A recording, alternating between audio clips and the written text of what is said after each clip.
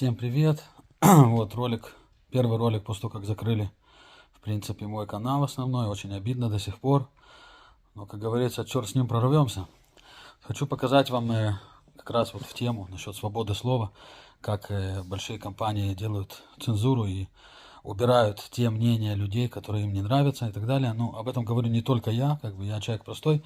Но вот интересно увидел вот Fox News, интересную статью, вернее, видео статью, где человек, который намного умнее меня, я думаю, в принципе, объясняет, как это работает и что происходит на самом деле.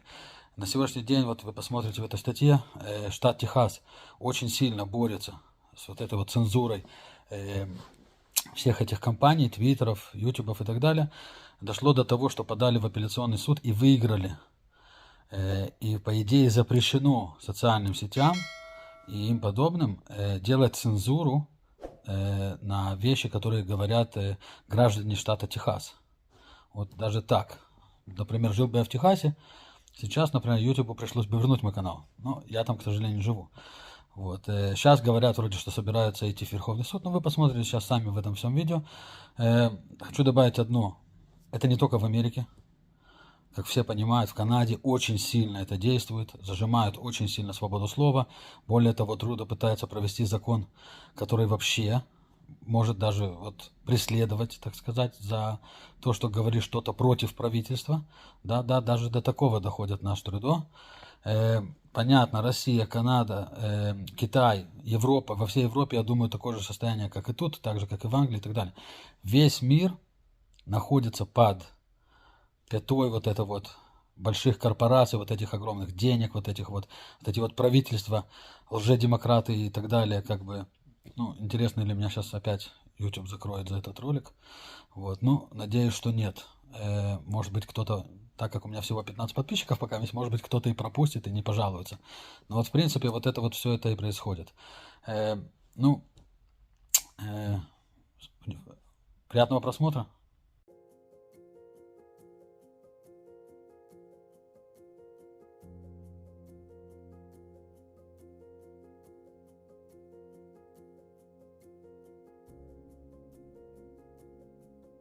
We're talking about people being able to express their opinions. We do not stop this. We are going to lose the ability to have practically free speech in this country.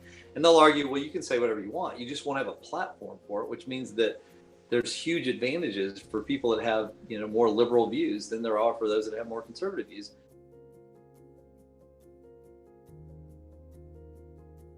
One of the things that I respect about him, obviously, he's very smart and very ingenious about the types of things that he's putting forth in the marketplace, from SpaceX to Tesla.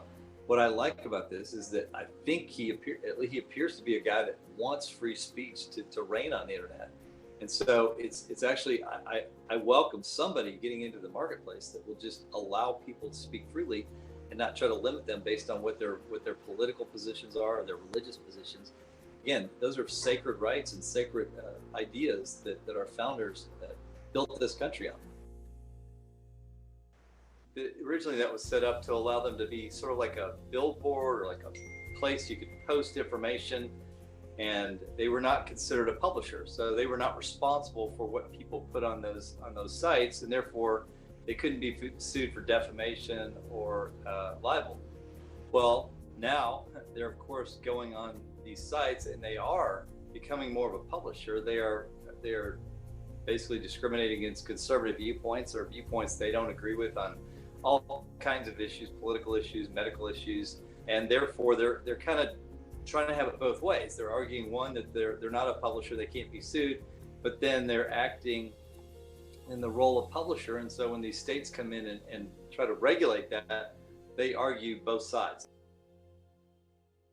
And our argument is, look, if you're gonna avail yourselves of the protections of Section 230 and claim that you are not a publisher, then you can't act like a publisher and discriminate against viewpoints. You shouldn't then be allowed to protect yourself from defamation or libel, because listen, other publishers can't do that. They don't have those protections, newspapers and magazines. So now the Fifth Circuit has said, hey, wait a minute, you don't have the ability or the discretion to edit out comments that you don't like or that you don't agree with as a company, we also made the argument that they're more like a common carrier, right? They're monopolistic in their behavior, and there's no other place for people to go. There's not a lot of competition among these companies. This is where people talk.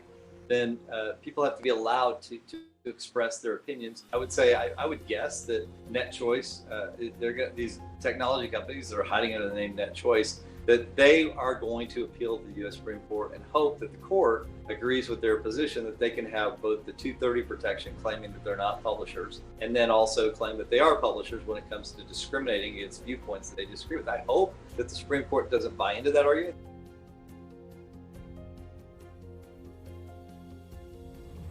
I have no doubt if they can basically squelch free speech and viewpoints, conservatives, Republican views, and whether that affects the race by 1, 2, 3, 4, 5%, it creates an unfair advantage in a place, in a country where we should have complete freedom of speech and equal access to a marketplace of ideas, and let the voters decide based on the truth, instead of trying to have companies that participate with the federal government in limiting speech. And look, we know the federal government's involved in this process because they've been working with Facebook for years, trying to limit certain topics, from election integrity to COVID to critical race theory.